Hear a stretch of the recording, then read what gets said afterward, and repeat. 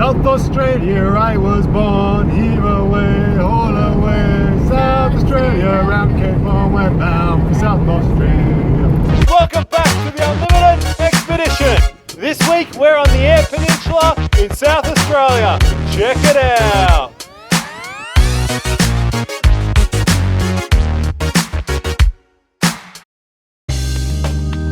On this episode of the Unlimited Expedition, we arrive into South Australia, the only Australian state established by free settlers. We commence this expedition on the Eyre Highway, just west of the South Australian border. We cross the treeless plain to Ceduna, then head south to Streaky Bay. We wrap up this episode at the Gawler Ranges National Park. Well guys, we made it to SA. We haven't got our fruit across, yay!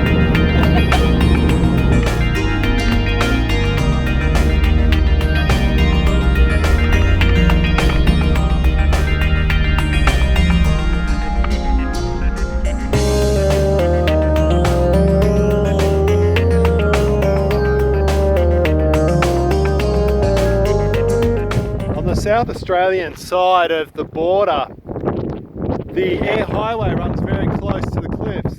The road's up there about 200 metres and I'm only about 20 metres from the cliff here, so very, very close. This is the first of many little areas we can come in and view the cliffs off the Eyre Highway.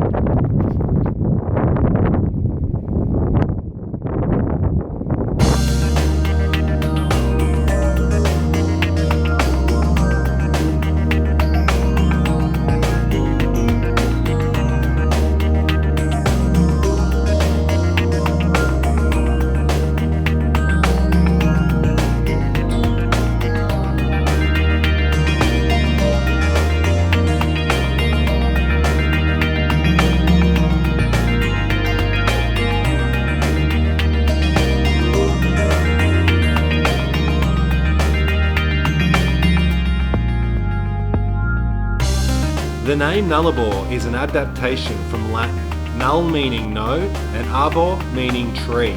With some of the flattest country and longest stretches of road in the world, there is something utterly fascinating about crossing the Nullarbor Plain. There are not many places in the world where you can spend 2 days driving through nothingness, and it is that very nothingness that makes this place so intriguing. A lovely little tree outcrop on top of a hill in the middle of the Nullarbor Plains. Beautiful spot, this will do for tonight. And who said the Nullarbor had no trees?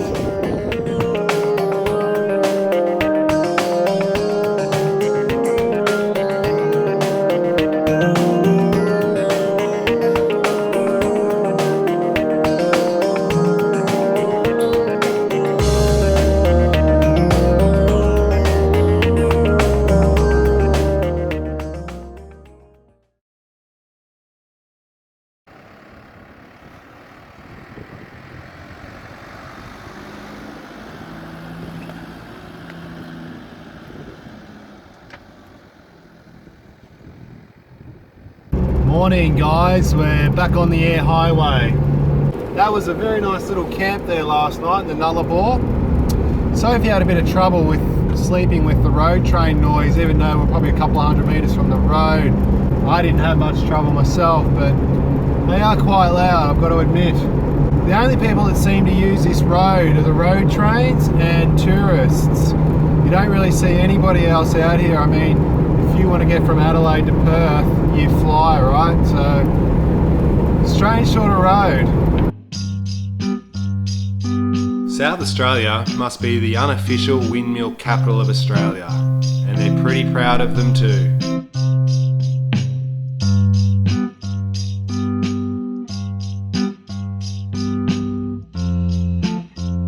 Allegedly, this is Australia's largest windmill, Comet B.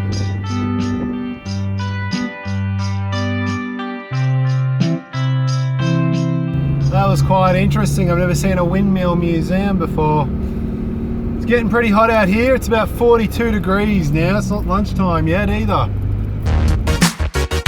Well, it turns out that the fruit and vegetable checkpoint was here on the outskirts of Ceduna. We've lost everything, everything.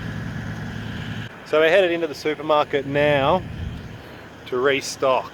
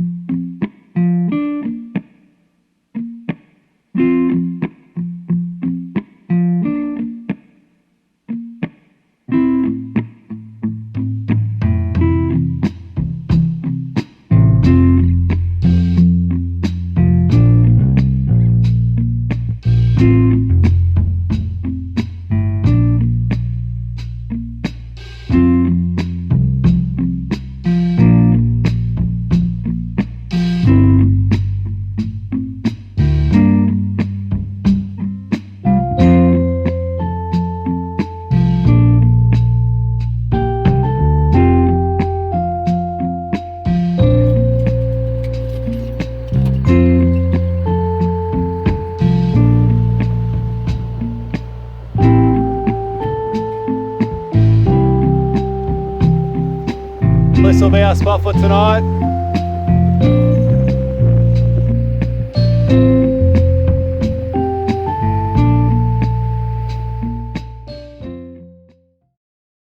Yes, this is a different spot to where we went to bed last night. At about 9:30 p.m. the wind really started to pick up and it just got unbearable, so we packed up and ended up coming up here. See the dunes there in the background, so it gave us a bit of cover. It's really pleasant. We're headed into Streaky Bay today. We're going to see what the town's got to offer.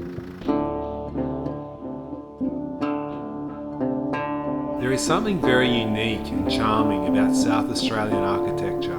Towns and cities are more often than not dotted with 19th century colonial buildings.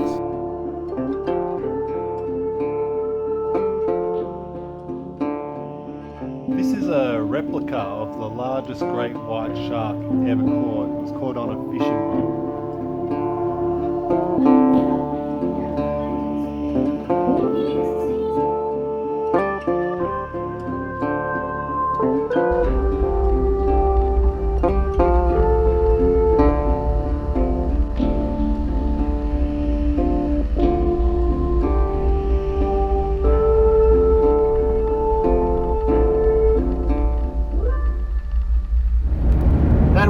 Streaky Bay. We didn't actually have that on our itinerary as such, just sort of ended up there, but glad we did. It was a very nice little place. We've just left though. We're headed to Gawler Ranges National Park. It's about 150 kilometres drive, I think. There's some very, very famous sites at Gawler Ranges, so it should be very interesting. We'll see you there.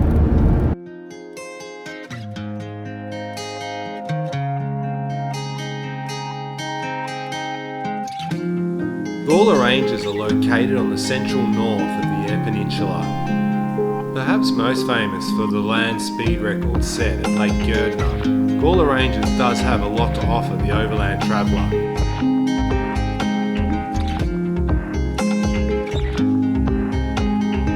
This is the Minapa Rockwater Catchment.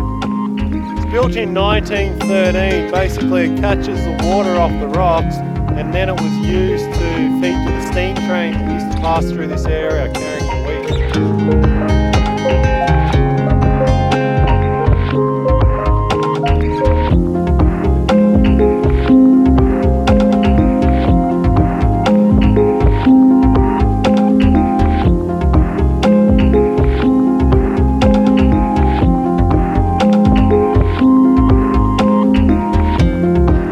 We got to the gate of the national park, which was probably about 60 k's or something from the main road, and then it said that you have to book online. Of course out here there's no reception, so it just seems very ridiculous to have that sort of system. And you know, how are people meant to know? You turn up here and you've got to pay online. So our options are that we go all the way back 60 kilometres, pay online, and then come all the way back again. You know, that's going to be 180 kilometres just to get to this park, and we only have to drive 60. So what do? We've decided that we're just going to go for it. If we see the ranger, we'll just explain to them that, you know, it's just impossible, this system. When we get some internet reception in a day or two, we'll just buy a National Parks pass.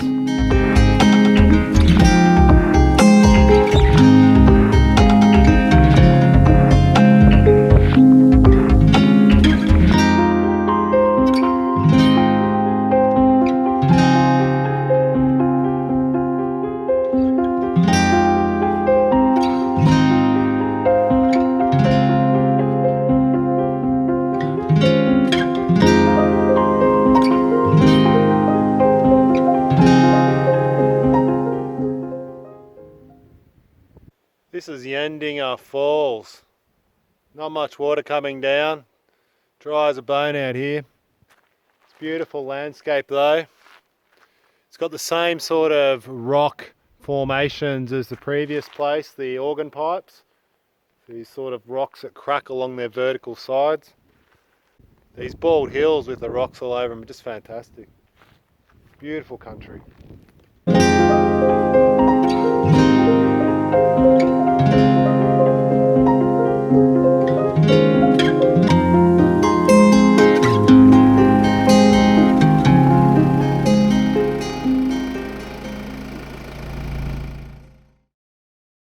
We're on the road pretty early this morning. Well, we think it's early, 7:45. We're actually not really sure of the time. Since crossing into South Australia, there's a time difference, but not really sure if the clocks have automatically done it or not, but the sunset seems to be setting a little bit earlier than normal. Anyway, we're not too concerned. Today we're headed through the rest of the Gawler Range National Park. There's quite a few sights to see. Hopefully today we can get somewhere close to Port Lincoln though, because Sophie's got a workshop in a couple of days and there's a lot to see down there. So the week or so that we've got before we've got to be in Port Augusta, we really want to focus a lot down there on the southern tip of the Eyre Peninsula. Looks really, really good. So we're going to be rushing a little bit, but that's alright. I think we can fit it all in.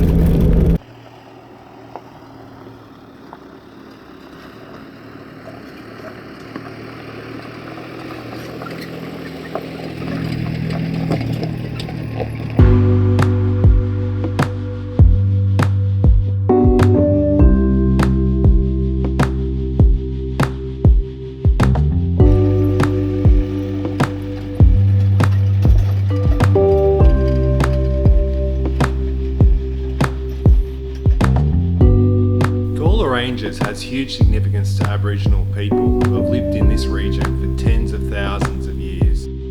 These people were largely displaced from the area by sheep farmers and squatters after its discovery by Edward John Eyre in 1839. This discovery was made on one of Eyre's early expeditions into the interior of Australia looking for the elusive inland sea. Plateaus within the ranges have been used to graze sheep for 150 years. In the year 2000, Parks South Australia purchased the area